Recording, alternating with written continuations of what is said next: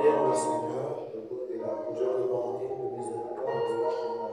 à notre Père, notre Créateur, notre juge et notre avocat. Ce soir encore nous a fait grâce de nous tenir devant ta présence au travers de l'adoration, de la louange. Tu es au milieu de nous. Tu veux que nous passions à la deuxième phase, la parole. En tant qu'humain, Seigneur, pour avoir la compréhension de ta parole, est-ce que tu nous guides de l'auditoire jusqu'au dernier banc, afin que nous partagions le pain. Bénis nos âmes. N'oublie pas les absents et les retardataires. Pour nous qui sommes déjà ici,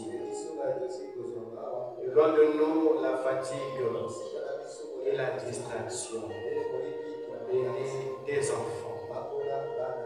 Que le diable n'ait pas part à ceci. Car c'est dans le nom de Jésus-Christ que nous avons ainsi prié et nous disons Amen. Amen. Amen. Que le Seigneur vous bénisse. Que Dieu vous comble. Nous sommes tous dans la joie d'être dans la maison du Seigneur. Amen. Et nous remercions particulièrement le pasteur Bank pour nous avoir accordé sa confiance. De me tenir ici à sa place. Amen. Amen. Je suis très heureux d'être au milieu de vous. Amen. Amen. Les questions nous séparent dans l'esprit, nous sommes un. Amen. C'est bien aussi de découvrir les autres. Comment est-ce qu'ils chantent. Amen. Comment ils adorent. Parce qu'il y a une diversité d'opérations de l'esprit. Amen. Et j'ai découvert aussi comment votre pasteur prêche.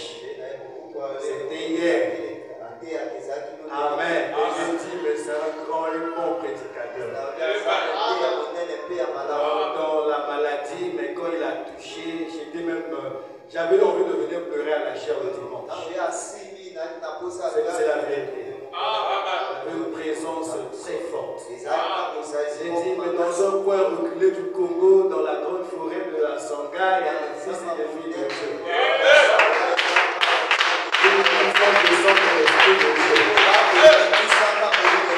Amen. C'est un privilège pour moi d'être au milieu de vous. Alors, sans plus tarder, nous allons passer à la parole.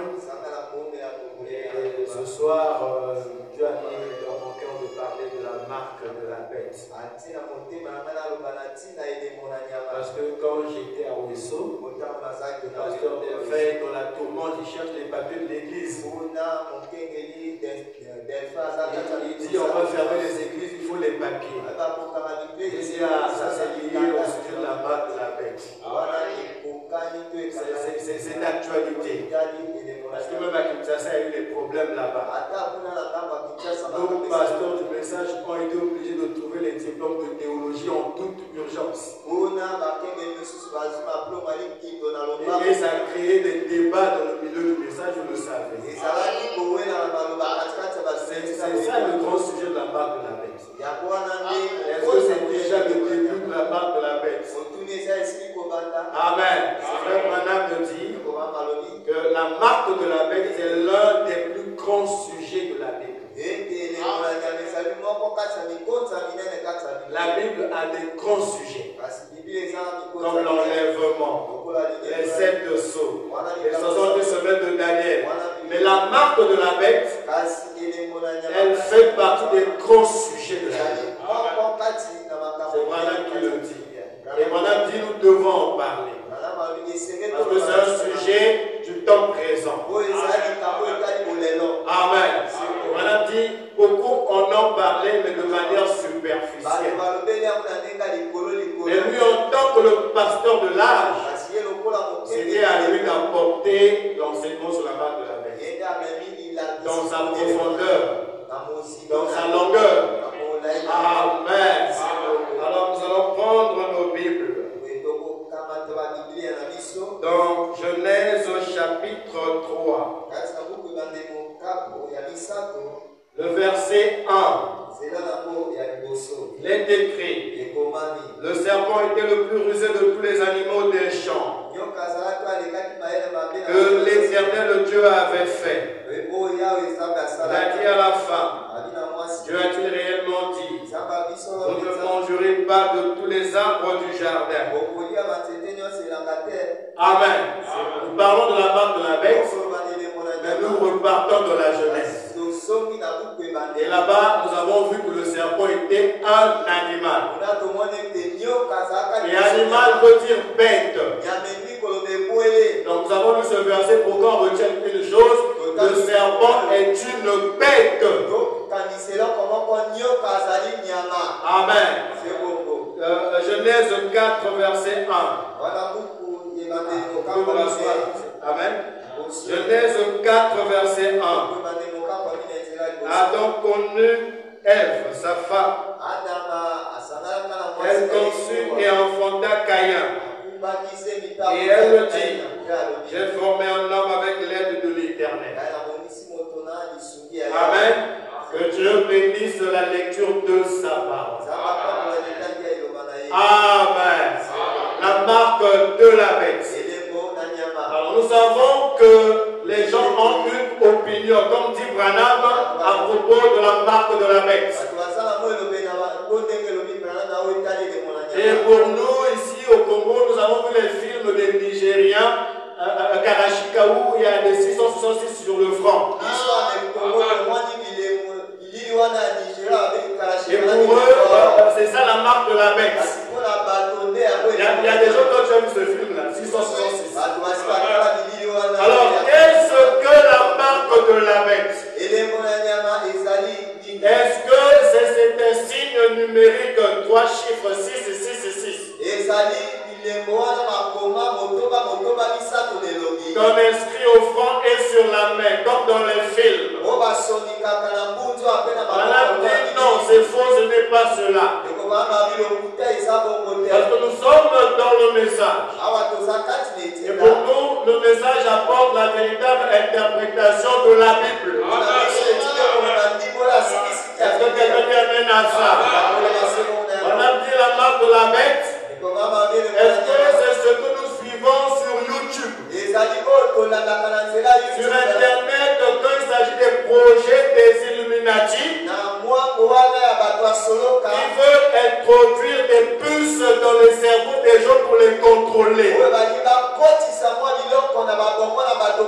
il y a eu le Covid, on a beaucoup parlé qu'il s'agissait des nanoparticules qu'on injectait dans les gens. Au travers de leur vaccin. Et donc on dit que c'était la marque de la bête, le vaccin. Est-ce que c'est cela d'après le message? Madame me dit non, monsieur. Amen. Alors qu'est-ce que la marque de la bête finalement? Si ce n'est pas ce vaccin-là, si ce n'est pas une puce chimique ou électronique, si ce n'est pas un signe 666, alors c'est quoi la marque de la bête? Alors pour comprendre la marque de la bête, on dit bien marque de la bête. C'est comme on dit la Bible du pasteur.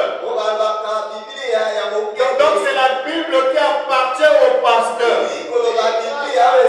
Quand on dit marque de la bête, donc cette marque appartient à la bête. Est-ce que quelqu'un a appelé à ça?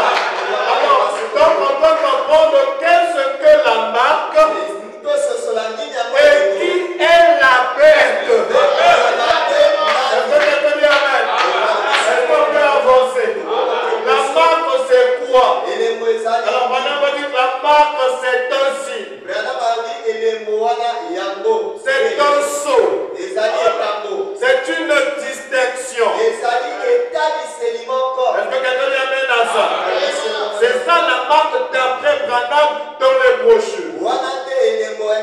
Donc on retient que c'est un signe. C'est un sceau. Amen. Alors ça appartient à qui? Ça appartient à la bête. Alors qui est la bête? Madame me dit, la bête c'est Satan incarné. Satan c'est le diable. Et le diable est un esprit. Mais quand le diable s'incarne dans un être, il s'appelle la bête. Ça c'est la définition de frère Branham. Est-ce que tu amen à ça? Bon, donc nous savons que la marque de la bête, alors c'est un signe, c'est un sceau qui vient de Satan incarné. Est-ce que quelqu'un dit amen? Il s'agit de quelque chose qui vient de Satan. Le propriétaire de cette marque, c'est Satan. Amen. Alors le prophète dit que sur cette terre, il n'y a que deux marques. L'homme ne peut pas être neutre. Soit on a la marque de la bête, soit on a la marque de Dieu. Est-ce que quelqu'un donne la main à ça? Donc nous les humains sur terre, nous appartenons à deux propriétaires. Parce que les deux propriétaires ont leur marque. Amen. La marque de Satan, c'est la marque de la bête. Mais la marque de Dieu, c'est le Saint-Esprit. C'est le nom de Jésus. Dit frère Branham. Est-ce que quelqu'un dit on amène là? Donc on avance un peu bien. Amen. Comme dans la marque de la bête, qui est le signe de Satan, on la recevra ou les gens l'ont déjà reçu. Est-ce que c'est une affaire du futur ou est-ce que c'est une affaire du présent ou alors c'est une affaire du passé? Branham répond que c'est une affaire du passé, du présent et du futur. Est-ce que quelqu'un dit amen au message? Alors si c'est une affaire du passé, alors nous allons nous intéresser à connaître la première personne dans ce monde, sur cette terre des humains, qui a reçu la marque de la vie. C'était qui la première personne? Parce que c'est une affaire du passé. Voilà pourquoi nous sommes retournés dans la jeunesse. Parce que c'est là où il y a le passé. C'est là où il y a eu les premiers hommes. Est-ce que quelqu'un dit amen à la parole? Ok, donc là je vois que tout le monde est conscient et tout le monde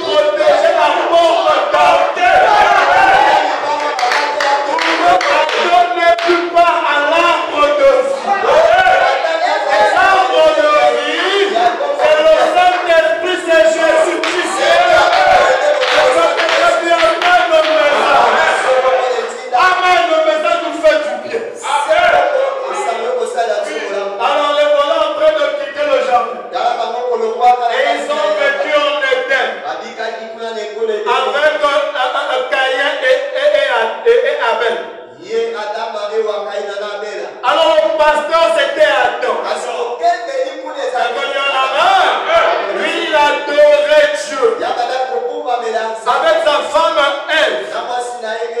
Amen. Alors, Caïn et Abel aussi ne pouvaient qu'adorer le Dieu de leur père. Caïn n'était pas un incroyant. Non, monsieur. Caïn était un croyant. Quelqu'un va dire amen là. Alors, le voilà qui prend les fruits.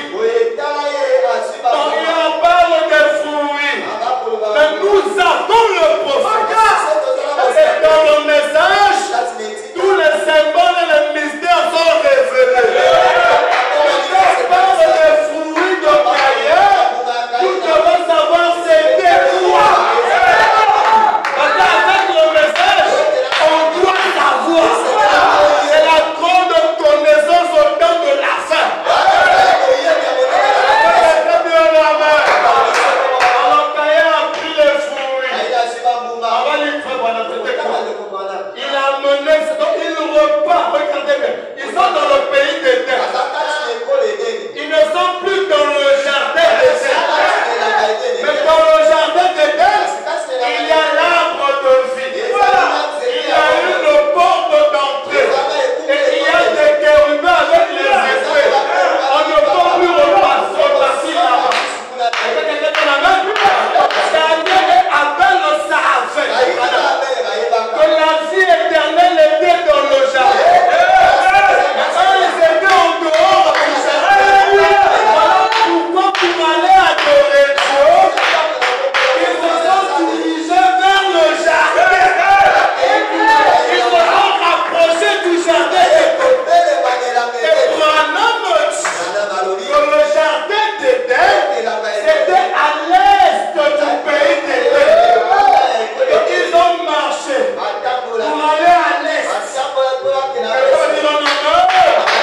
Ils se sont retrouvés devant la porte du jardin. Et Caïn et Abel ont vu les chérubins. Ils ne pouvaient plus entrer. Mais là-bas, il y avait l'arbre de vie. Ça va tendre la main. Alors Caïn a bâti son hôtel type Branham aux portes du jardin. Abel également. Parce que dans le jardin, il y avait la vie. Donc ils sont venus tout proches du jardin. Parce qu'ils avaient besoin de vivre éternellement type Branham. Un homme qui ne se soucie pas de la vie éternelle, c'est un homme maudit. On peut tout avoir sur cette terre. Les belles voitures, les belles femmes, les vêtements.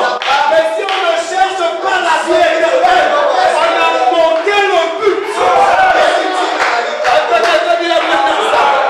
Donc nous voyons dans notre tableau Caïn devant le jardin, aux portes du jardin, à l'entrée du jardin.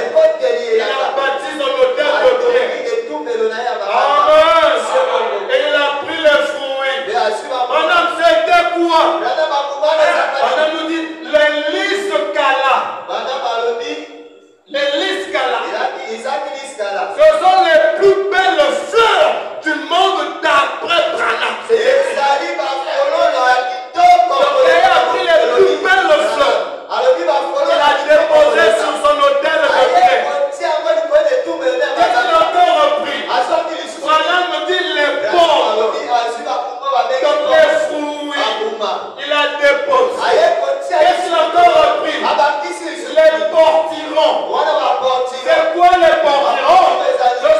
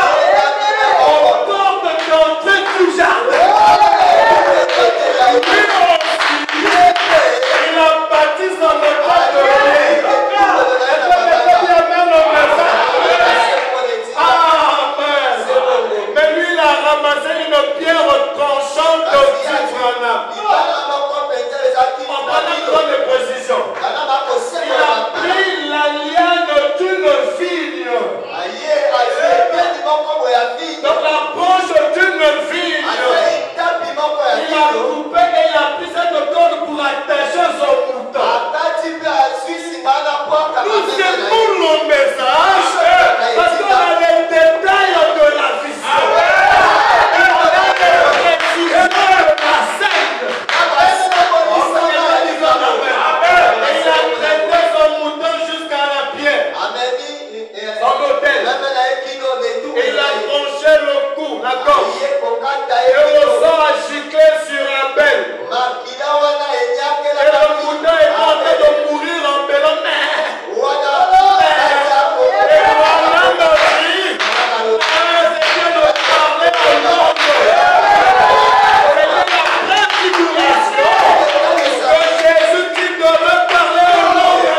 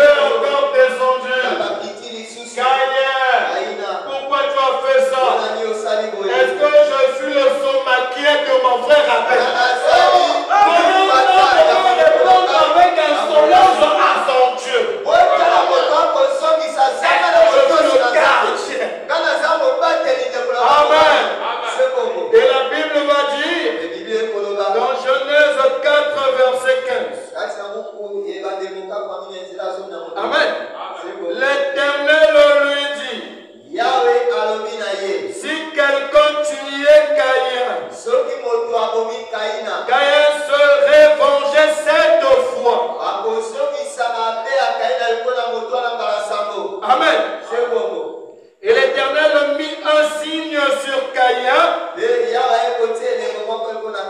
pour que quiconque le trouverait ne le tuât point. Après avoir tué Abel, la Bible dit que Dieu lui-même a mis un signe sur Caïn. Et il a interdit qu'on tue Caïn.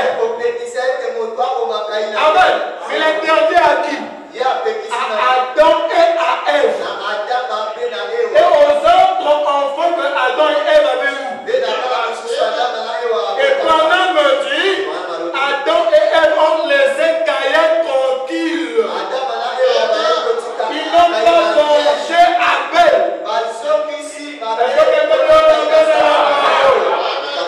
L'Éternel a mis un signe sur Caïn. Alors c'était quoi ce signe-là? Donc maintenant les cheveux Amen. Alors nous prenons la brochure. La cruauté du péché et la peine que cela a coûté. Péché le 3, 4e mois, saison 3. Fini. Bon, le téléphone ici c'est paragraphe 40, moyen de message. Maintenant, remarquez, voilà donc un beau tableau. Oh là là! Je peux voir Adam, ou plutôt Caïn et Abel travailler dur maintenant. Ou allons offrir un sacrifice. Je crois qu'ils ont construit leur hôtel juste à la porte. La porte du jardin est sur la porte. Virgule. Au trône où ils pouvaient adorer. Dans leurs hôtels de pierre étaient appelés trônes. Est-ce que quelqu'un dit en amen? Remarquez, voilà Caïn, il a travaillé probablement toute la journée. Virgule, travaillons dur et faisons tout ce qu'il pouvait pour obtenir les plus grosses pommes. Virgule, où les plus gros portiront. Virgule, où tout ce qu'il avait. Il a amené cela jusqu'à la porte. Il s'est bâti un hôtel juste là, à côté de la porte, de la présence de Dieu. Il a mis tous ses fruits et les grands lys et tout. Et il les a déposés correctement sur l'autel. Oui, il s'est agenouillé et a adoré Dieu. Est-ce que quelqu'un lui en a? Je prends ici Jésus glorifié, une brochure, 25 février 1955, paragraphe 25 du téléphone. Eh bien, Caïn, je ne pense pas que Caïn soit allé délibérément prendre les fruits du champ, les œuvres de ses mains, et a amené cela là. Il a fait cela parce qu'il voulait absolument se faire passer pour un je sais tout. Je crois que Caïn est venu de tout son cœur. Pensant faire ce qui était bien. Pourquoi cherchait-il à trouver grâce devant Dieu? Il essayait de retrouver la vie. Il essayait de retourner au jardin d'Éden où il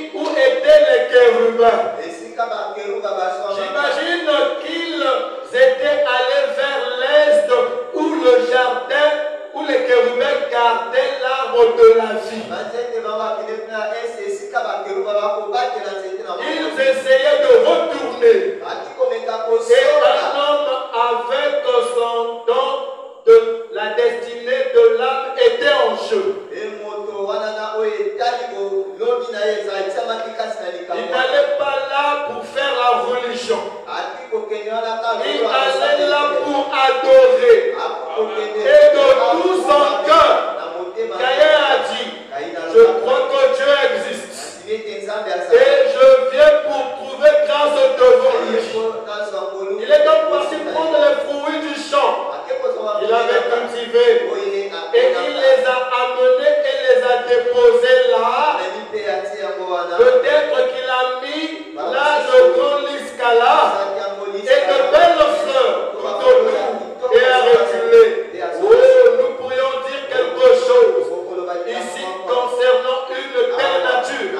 Et il a reculé, il s'est agenouillé, il a levé les mains, il a confessé ses fautes, il a adoré Jéhovah.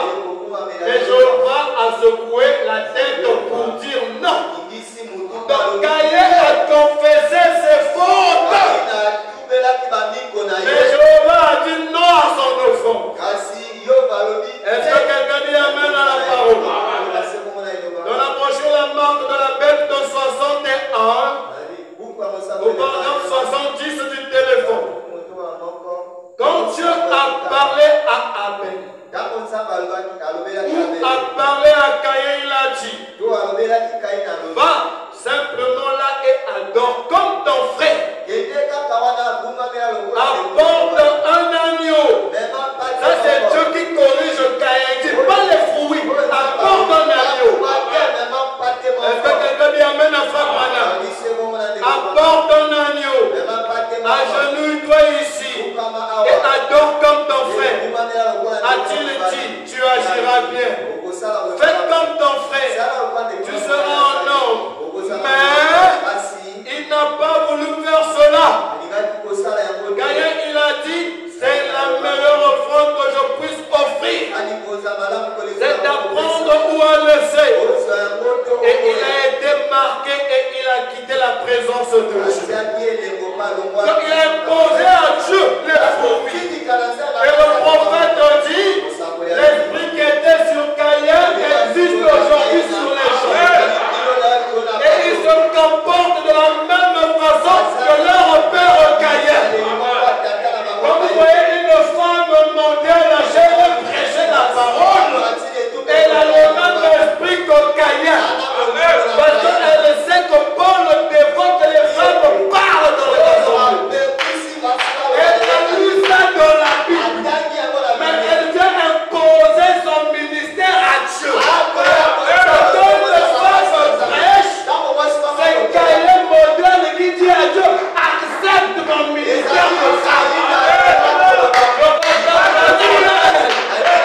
y a un Caïn aujourd'hui qui impose à Dieu leur façon de faire. Mais la façon de Dieu triomphera toujours. Parce que Dieu reste Dieu. Est-ce que quelqu'un dit un amen à ça? Donc évitons d'être Caïn. Quand le message te dit de faire quelque chose et que tu connaisses la vérité noire sur blanc et que tu fasses le contraire, donc tu imposes à Dieu le contraire et tu deviens Caïn moderne. Est-ce que quelqu'un a compris la parole? Le son de Dieu. Prêché en 61 paragraphe 18. Maintenant, nous voyons que le premier marquage d'un être humain commença dans la Genèse. Virgule. Genèse 4, verset 15. Dieu a marqué Caïn. C'est là que la première marque de la bête fut placée. Elle fut placée sur Caïn. C'est lui qui en est le commencement. Et bien vous dites, Caïn avait la marque de la bête, très bien. Alors nous comprenons avec Branham, Genèse 4, 15, quand la Bible dit Dieu a mis un signe sur Caïn, Branham dit ce signe-là c'était la marque de la bête. Donc la première personne sur la terre des hommes qui a reçu la marque de la bête, c'est Caïn. Est-ce que quelqu'un dit amen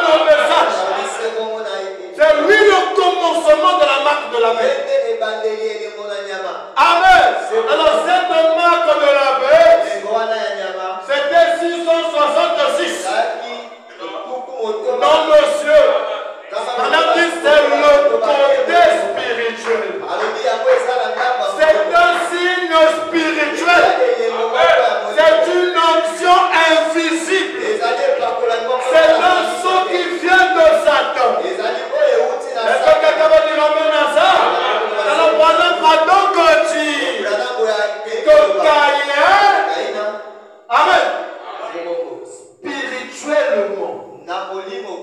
Donc, son âme. Voilà, spirituellement. Il avait toutes les caractéristiques de Satan. Satan est un esprit. Caïn a un esprit. Mais la partie spirituelle de Caïn et c'était Satan. Les mêmes caractéristiques. Est-ce que quelqu'un dit amen? Ça c'est un. Deuxièmement, le corps physique de Caïn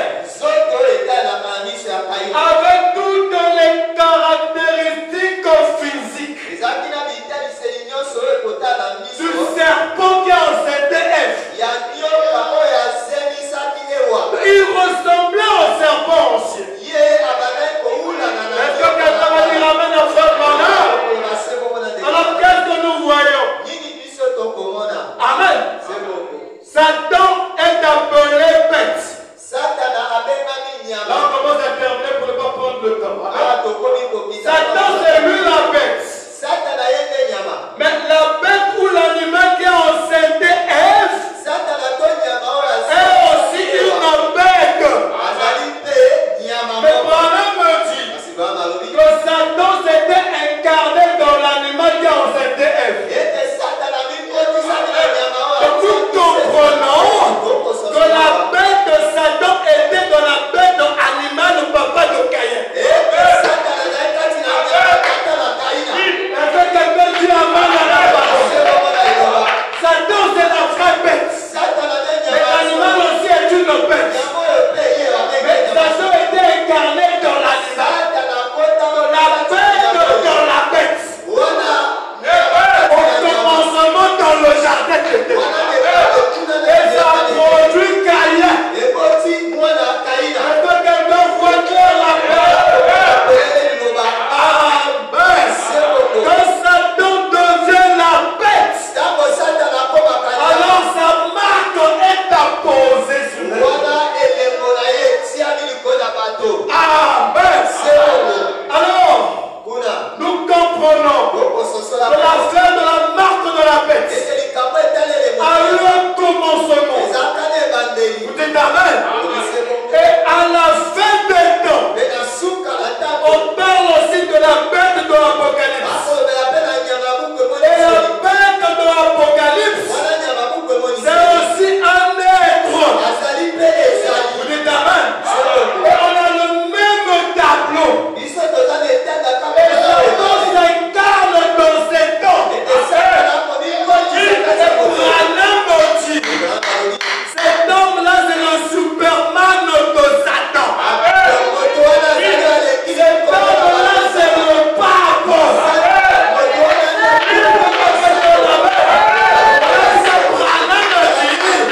La bête au commencement dans le jardin d'Éden, on nous retrouve le même tableau à la fin des temps.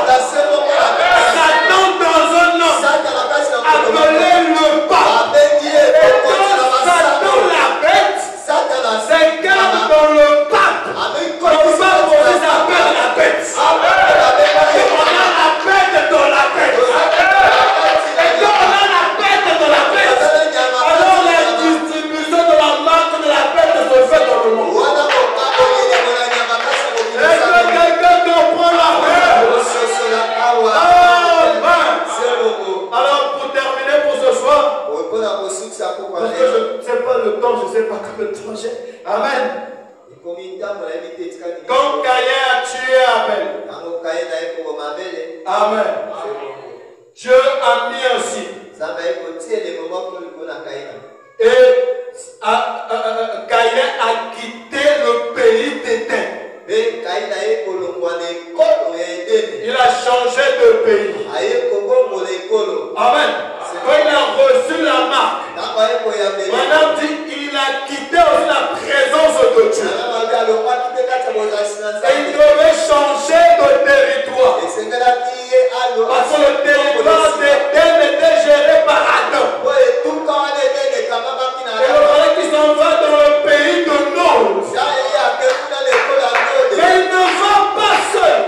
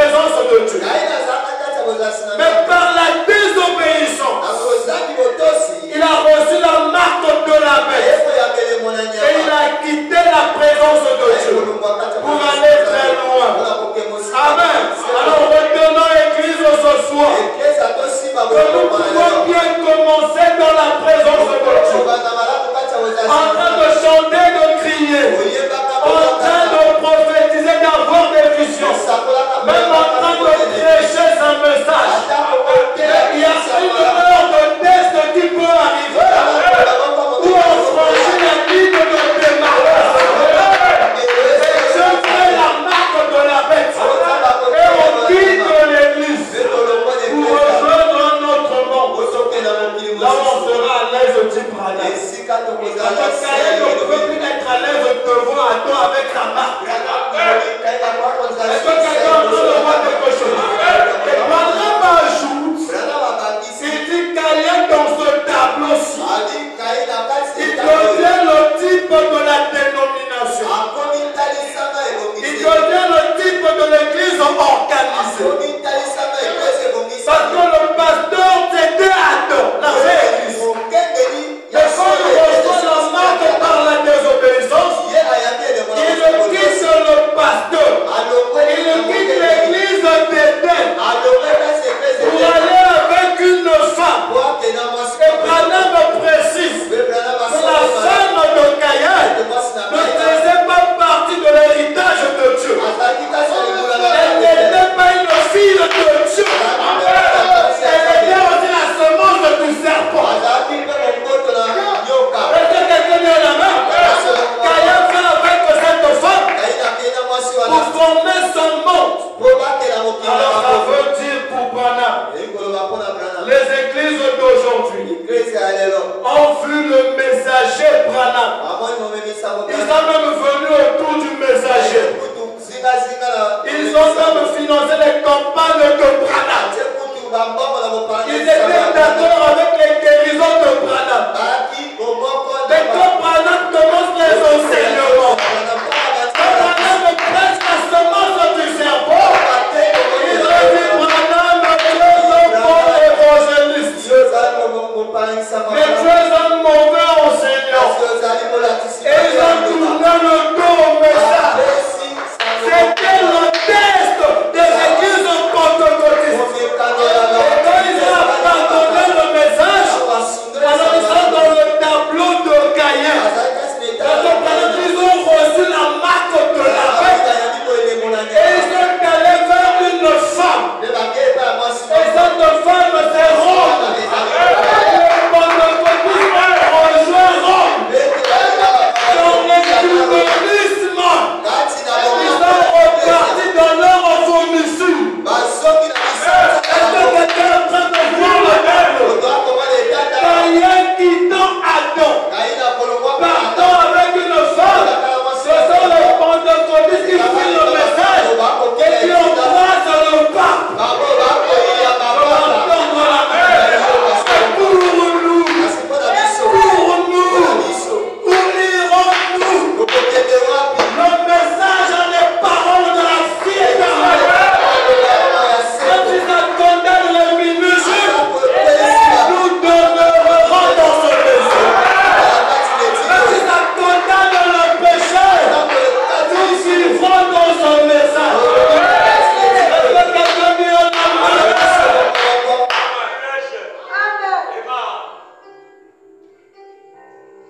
Alors je lis la dernière citation.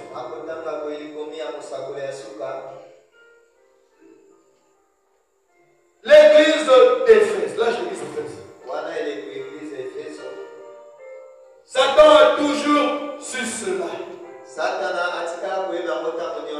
Lui aussi veut habiter dans l'homme. Comme Dieu le fait. Dans le jardin. Dieu dit dans Adam. Mais Satan n'a pas d'homme. Mais Dieu s'est réservé ce droit pour lui-même. Satan ne peut pas faire cela. Dieu seul est apparu dans la chair humaine. Satan ne pouvait pas et ne peut pas faire cela.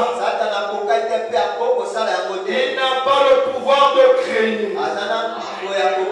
La seule façon pour Satan d'accomplir ce qu'il voulait faire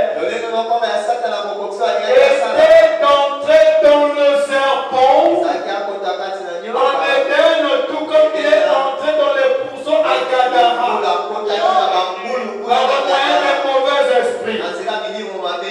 Dieu n'entre pas dans les animaux, mais Satan peut le faire.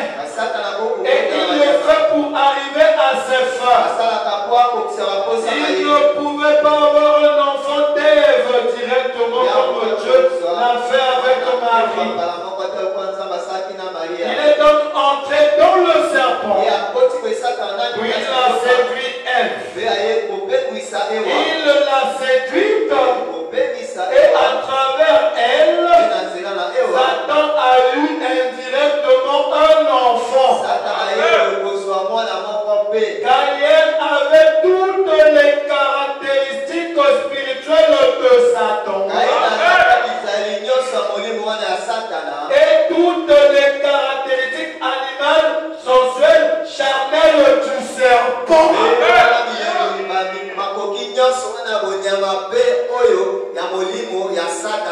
Amen. Il était la semence du serpent. Amen. Et nous sommes la semence de Dieu. Et nous avons la colonne de feu dans notre camp. Nous pouvons nous arrêter ici pour aujourd'hui. Que le social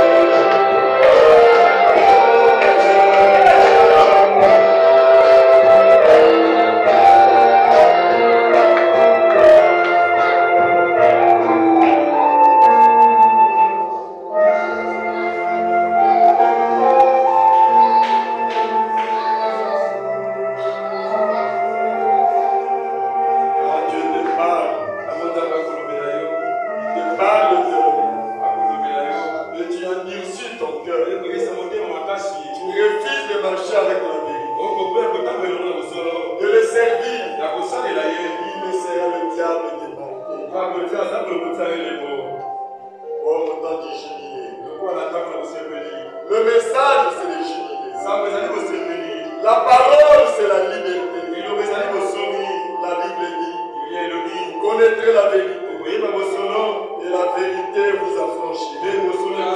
La vérité vous rendra libre. Mais si nous refusons toute vérité de Dieu, on restera esclave.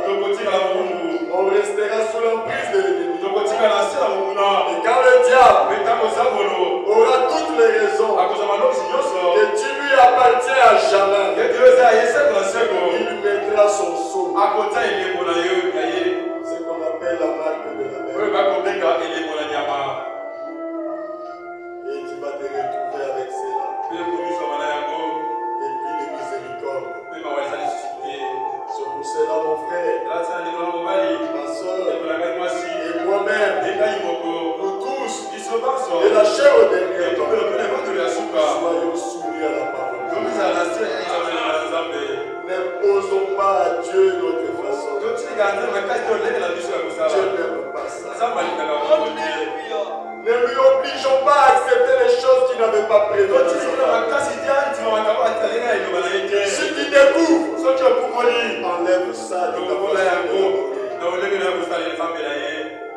Si tu as ça, ne les refais plus jamais.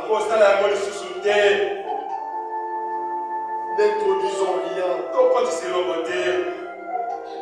Ne lui disons pas c'est à prendre ou à laisser. Si tu veux me voir dans ton message, accepte ma condition. Ce n'est pas à Dieu. Accepter notre façon. C'est à nous d'accepter ce que lui nous propose, ce que lui nous envoie. C'est le servir. Comme Pierre l'a fait. Il avait sorti l'épée. Il a coupé l'oreille. Jésus a dit non. Pas de cette façon. Il a réduit l'oreille. Alléluia.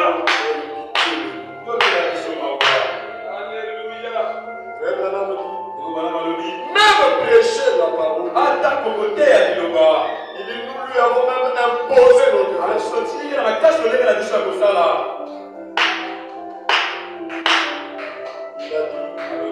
Il y a des choses que Dieu a dit, mais pas de la façon dont nous parlons.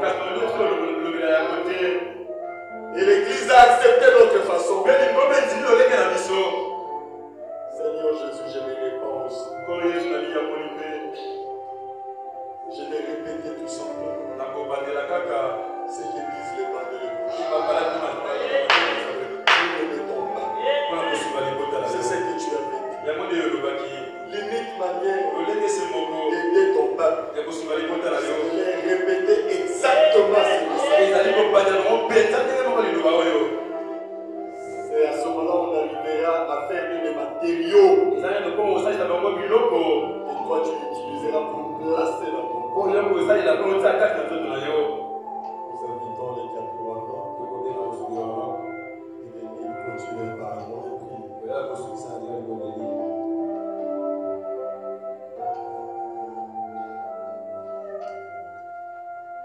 Prions le Seigneur, Dieu de gloire, c'est vrai, que tu nous aimes, Seigneur. Alléluia. Tu manifestes ton amour envers nous. Quand nous parlons comme des enfants. Amen. La Bible dit que tu te châties de ce que tu aimes. Et le messager nous enseigne qu'un véritable fils de Dieu, quand il vient dans la maison de son père, s'il a fait quelque chose de mal, Dieu va lui parler. Seigneur Dieu de gloire, si Caïn avait écouté ta réprimande, il n'allait pas recevoir la main. Père, il a a voulu faire la chose de la manière que cela lui pensait. Or, la parole n'est pas nos pensées, c'est ta parole est ta parole. Nous ne devons pas chercher à mener la parole selon notre vie. Père, c'est plutôt notre vie qui doit s'adapter à la parole. Seigneur, beaucoup d'entre nous, nous sommes coupables de cela. Le fait de prendre la parole et de vouloir adapter la parole à notre vie, non, ce n'est pas la bonne manière. Dieu de gloire. Et beaucoup de gens, en méprisant ta demande, en prenant en rien ta parole, c'est ainsi que nous recevons la marque. Seigneur Dieu de gloire, le messager nous a enseigné que dans chaque réunion, il y a là le Saint-Esprit disponible pour nous sceller. Mais il y a aussi, Père, la marque de la bête qui est disponible pour ceux qui vont refuser d'écouter la parole. Il est écrit, le messager a dit que personne ne peut venir dans la maison de Dieu et repartir tel qu'il est venu. Soit il repartira sauvé, soit condamné. Ce soir tu as parlé, un cœur a écouté. Père, libre-nous, oh Dieu, de mettre en pratique cette parole, de se repentir ou de dire, oh longtemps nous a parlé comme ça, nous allons encore nous sauver. Peut-être c'est la dernière fois que tu parles à une femme. Peut-être c'est la dernière fois que tu parles à un homme. Mais Seigneur Dieu, ne laisse pas que le diable prenne nos cœurs et oh Dieu fasse la vie de ta parole. Car ton désir profond, c'est de devoir être sauvé. Seigneur, si seulement Caïn avait regardé à la bonne manière de faire, si seulement il avait pris en considération les conseils de Dieu, il ne serait pas perdu. Combien d'entre nous méprisons ta parole? Même ce soir, il y a quelqu'un qui méprisera cette parole. Oh Dieu, que cela ne soit pas moi, que cela ne soit pas ma soeur, que cela ne soit pas mon pasteur, que cela ne soit pas mes bien-aimés. Et chacun de nous, Père, prenne en considération la parole qui a été mise, en sachant que, Père, la marque de la bête est au milieu de nous. Oh Dieu, merci pour la prédication de ce soir et pour le vase que tu as utilisé. Seigneur, nous étions dans ta maison. Nous sommes venus voir le roi des rois. Dans nos cœurs, nous avons des requêtes. Nous avons des demandes. Nous les soumettons à toi. Au nom puissant de Jésus. Loin de nous. Tout ce qui n'est pas de toi. Les maladies, les épidémies. L'ombre de la mort. Que cela aille loin. Et que la paix, l'amour, la joie, l'humilité et l'unité soient au milieu de nous. Bénis ton serviteur, notre pasteur. Rends-lui ta grâce et ta miséricorde. Et chaque membre de ces les administrateurs, les officiants, les huissiers, que chaque personne qui contribue, Père, pour l'avancement de cette église, que le royaume de cieux soit béni à chaque fois. Rentre avec nous dans nos maisons, avec nous ici demain, notre prière de jeudi, nous allons te dire merci. Sois élevé à jamais, dans la puissance du nom parfait de Jésus. Et si nous allons prier, Amen.